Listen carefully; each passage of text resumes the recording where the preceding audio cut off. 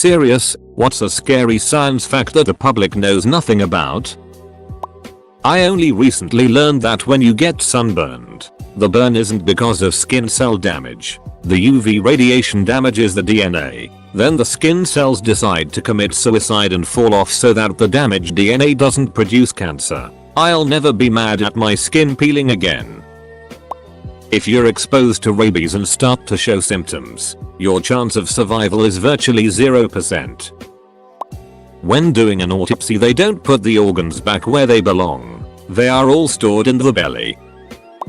Brain aneurysms can be completely unpredictable and can happen at any time in your life, no matter how healthy you are. A kid who I went to high school with at the age of 16 just did not wake up one morning and his cause of death was a brain aneurysm.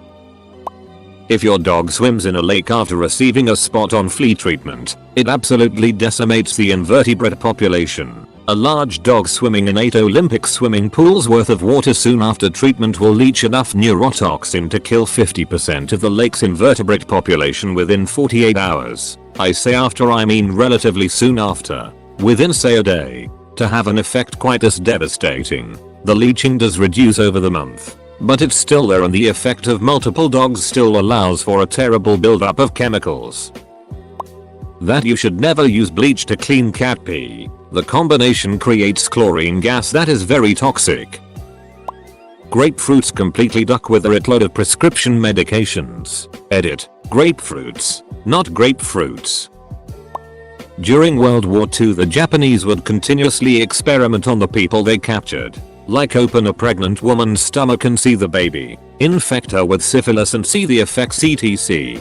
While the Nazis also did commit genocide and all that, Japan was never confronted about those war crimes. Heart muscle cells don't reproduce much in adults, roughly 1% per year. If you have an infarction or other stressor that kills those cells, then your heart won't be able to grow new cells to replace the dead ones. This is why patients with diseases like heart failure end up needing a heart transplant. Trying to get this process to happen is a major goal for many cardiac researchers. Edit. Thank you all for making this such an engaging and interesting discussion. I've been studying heart cells for 10+ years now. Basic scientist. No clinical training. And it's so refreshing to read many diverse perspectives and on-point questions. The universe's Higgs field might be metastable, a false vacuum, and decay at any moment, destroying everything. Before the vaccine, the number of people who have had HPV infection and have had at least one sexual partner was 85% in females and 91% of males, by far the most common STI. There are alternative ways some proteins can form tertiary structures. These different structures make the protein unable to function. These alternate protein structures are infectious and incurable as they are so stable. If you get some in your blood, they will slowly convert your own proteins when making contact. They're called prions. Anthrax spores can remain viable for decades in the soil or animal products such as dried or processed hides and wool. Microplastics in the food and water supplies are crossing the blood-brain barrier. SHHH. Another Carrington event. The original Carrington event was in 1859, which was basically an intense geomagnetic storm that disrupted, knocked out telegrams because that's all the technology there was to disrupt back then. Nowadays we use electricity for virtually everything. If it hit now, the effect would be like an amp. But globally, there'd be no functional technology that involved electrics. In essence, losing all electrics would in turn stop communications, then logistics, and then fundamental infrastructure like food distribution, healthcare and utilities, other than electricity. The plague is still out there. The bubonic plague is endemic in many parts of the world, but cases are very rare because we've got it pretty well handled. If there's a general breakdown in society like a nuclear war, super volcano eruption or asteroid impact, it's out there waiting to come back. Scientists don't know exactly how acetaminophen works to relieve pain and reduce fever. They have an idea but nothing for sure, but yet it's the most commonly used pain reliever in the world. DuPont knowingly infected over 90% of the American population with PFOAs, a harmful plastic that has a half-life of 20 years. Lawsuit is still ongoing but no one seems to be bothered. Edit. This link will talk about the different trials and settlements that DuPont and companies alike have faced. Also talks about what a PFOA and its dangerous effects. Microplastics revealed in the placentas of unborn babies. Update. By popular demand, the WHO research paper on requirements for safe drinking water and formaldehyde in drinking water. A lot of people in rural towns with an elevated cemetery around. This happens in Ireland a lot, so there is formaldehyde leaking into the drinking water. But it won't kill you. But the thought of drinking dead people juice is probably equally bad. Sorry not sorry. Update. I have a PDF link to the scientific research paper from WHO concerning the requirements for safe drinking water. And it covers the entire formaldehyde and drinking water issue. If anyone is interested, I read it and I can confirm it's true, but not detrimental to your health, even long-term AR. Limnic eruptions. There are pockets of CO2 trapped under lakes all around the world that can be released at any time, creating an invisible tidal wave that kills everything in its path. Since it's heavier than air, you will just suddenly start choking and die. Inside the permafrost around the world there is stored about twice the amount of CO2 we currently have in our atmosphere. That's why permafrost must stop melting. Edit. Thanks for all the nice serious comments. Edit 2. Thanks for the awards. I appreciate it.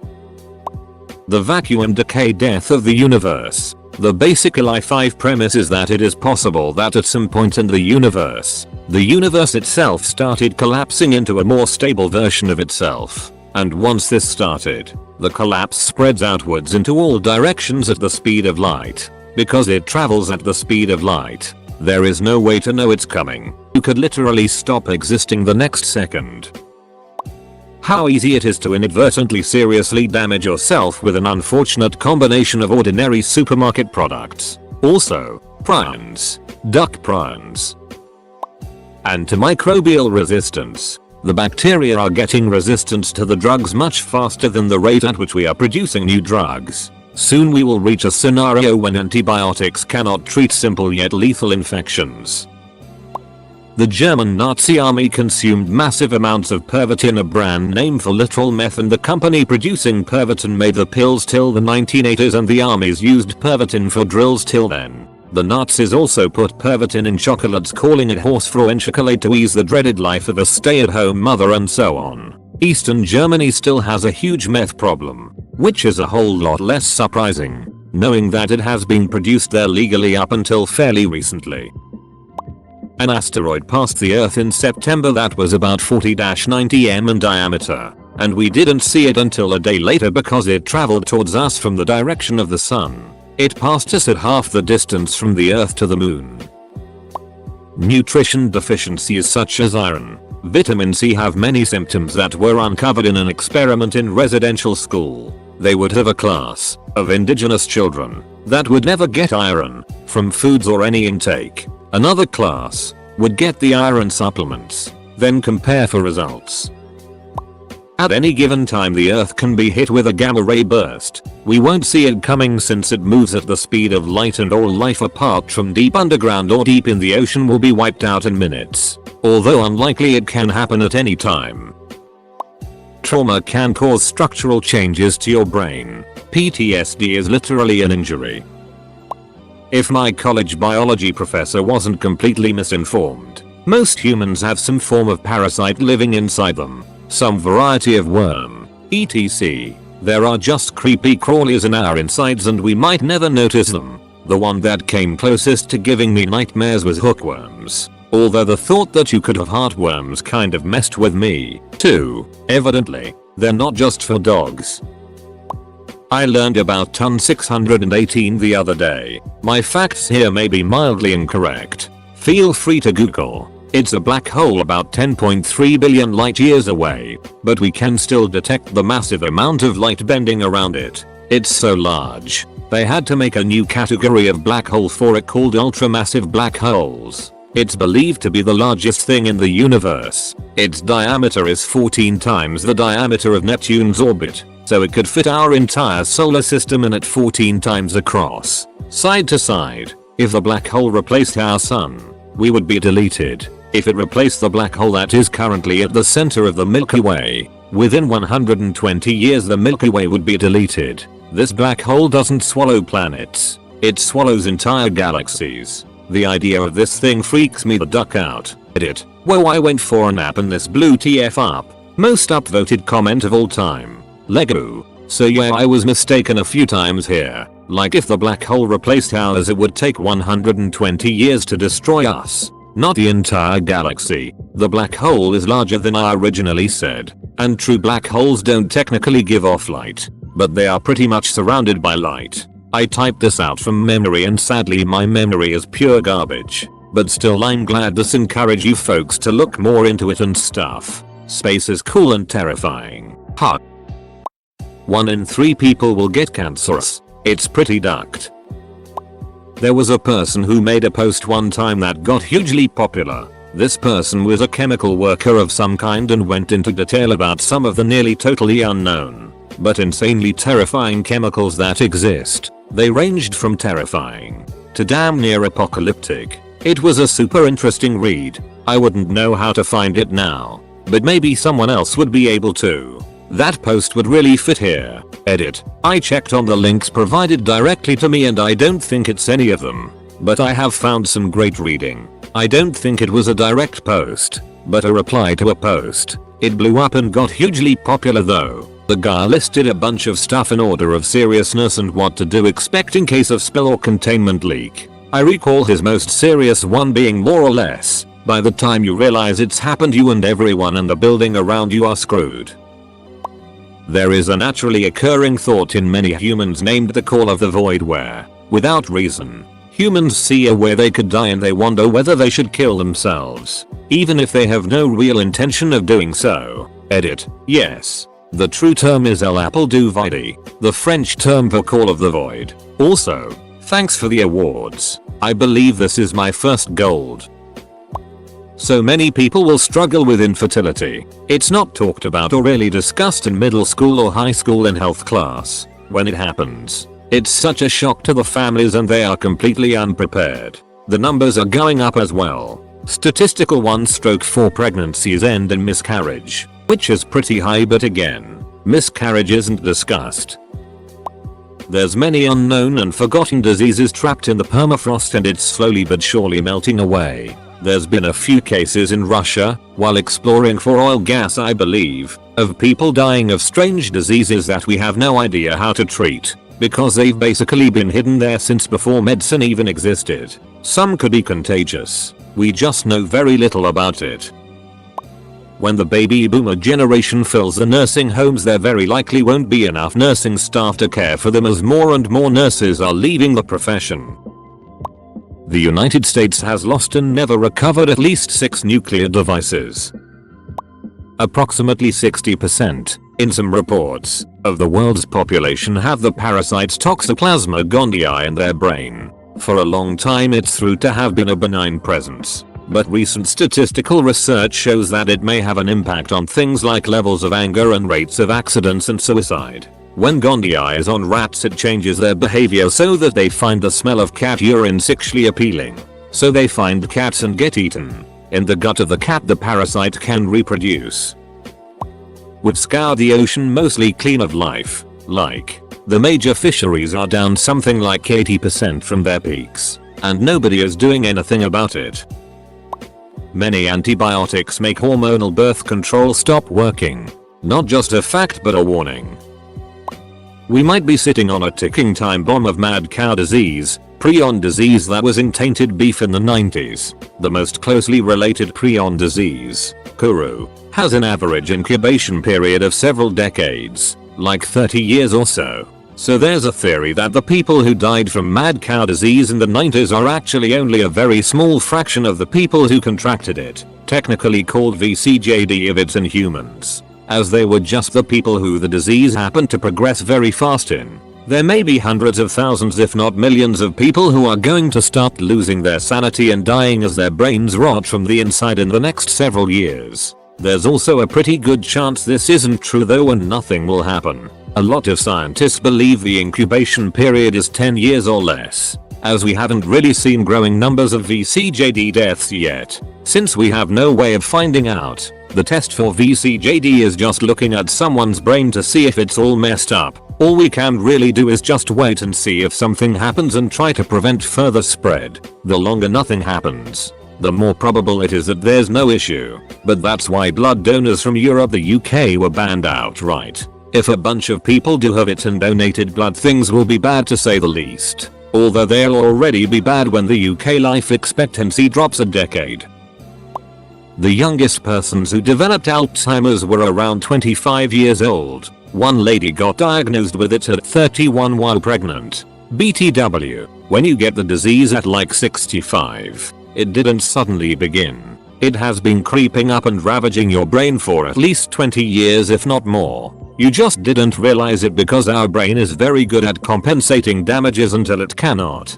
Basically, the day you lose yourself in the supermarket, it's too late. Your brain is mostly mush and there is so far nothing you can do. That means that if you are 40-60 years old and reading this, chances are that some of you already started to experience the onset of Alzheimer's brain degeneration. It's just not advanced enough for you to realize it. Have a nice day. The human body temperature in developed countries is actually declining. And at the same time global warming is increasing the temperature thresholds for many fungus types. This is leading to a whole new medical issue of fungus infecting humans, and its main source of protection, body temperature, is no longer working.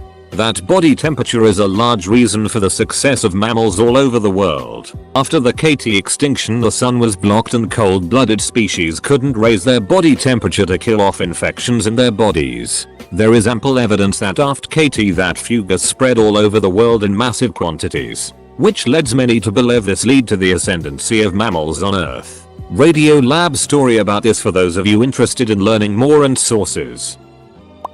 Magnolia plants are so old that they predate the evolution of pollination by bees. They were pollinated by beetles. Neutrinos are a particle that has an extremely small chance of interacting with matter. Like if a rock was dropped randomly from space to the Earth, the chance it would hit a specific target is similar to the chance it would interact with any matter. They have to build huge chambers deep in the earth and wait months or while to have the possibility to detect one from the countless that constantly zoom through the earth from the sun. If the sun were to go supernova, it would create so many neutrinos that they would kill you, assuming nothing else did. Edit. Apparently, they detect more than I expected. Several hundred a year. Saccadic masking. A mechanism our eyes have that cuts off the processing of retinal images when it becomes blurred. Humans become effectively blind during a saccade.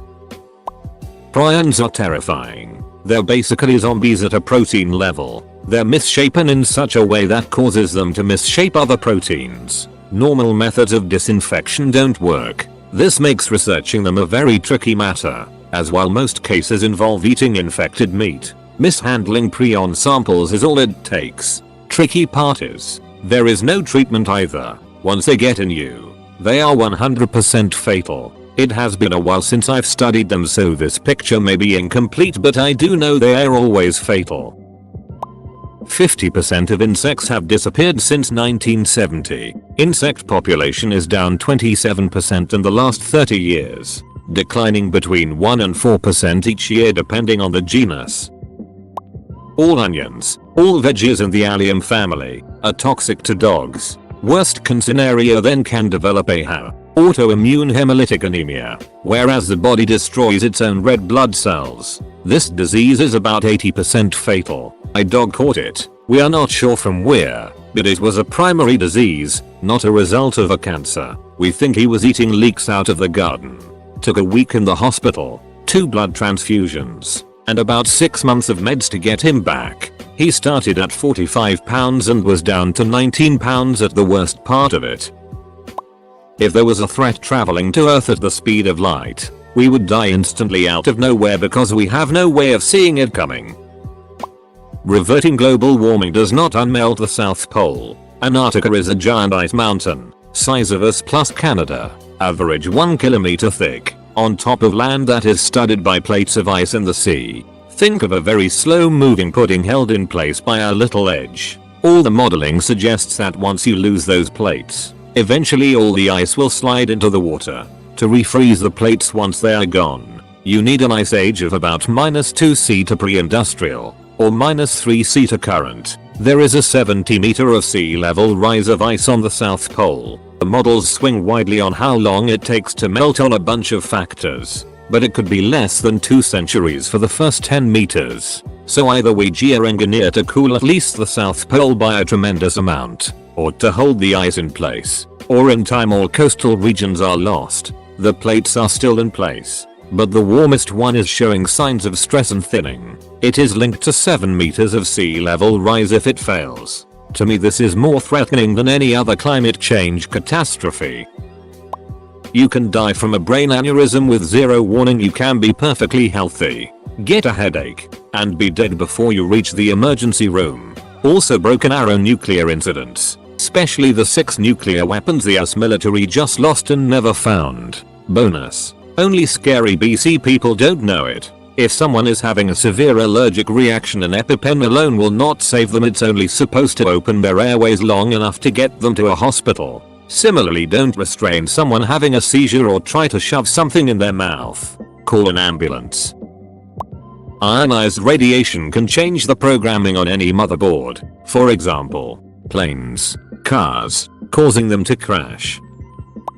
Antibiotics prescribed as if they were sugar candies when their usage is not justified. And also how important it is to fully complete the treatment. Edit: my issue is that people take antibiotics for this magic pill that cures everything related to any form of infection. I don't hate on docs prescribing ATBs to stop super infections, chronic patients, or anything reasonable. It's just in my work I see this magic pill situation way too many times.